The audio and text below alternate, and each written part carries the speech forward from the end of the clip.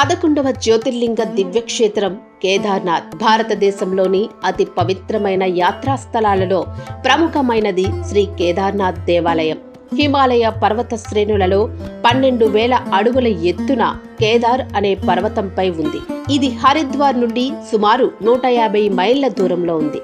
జ్యోతిర్లింగానికి చెందిన ఈ ఆలయం ఏడాదికి 6 నెలలు మాత్రమే తెరిచి ఉంటుంది. కేదార్నాథ్ తీర్థయాత్రకు వెళ్లినప్పుడు భక్తులు మొదట యమునోత్రి, గంగోత్రిని సందర్శించి అక్కడ నుండి పవిత్ర జలాలతో కేదార్నాథుణ్ణి అభిషేకిస్తారు.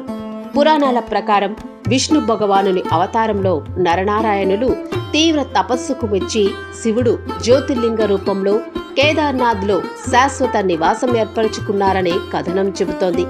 ఈ ప్రదేశంలో ప్రార్థిస్తే తమ కోరికలు విన్నవించుకుంటే కోరికలు నెరవేరుతాయని ప్రజలు నమ్ముతారు. 10వ జ్యోతిర్లింగ క్షేత్రం శ్రీ త్రయంబకేశ్వర జ్యోతి.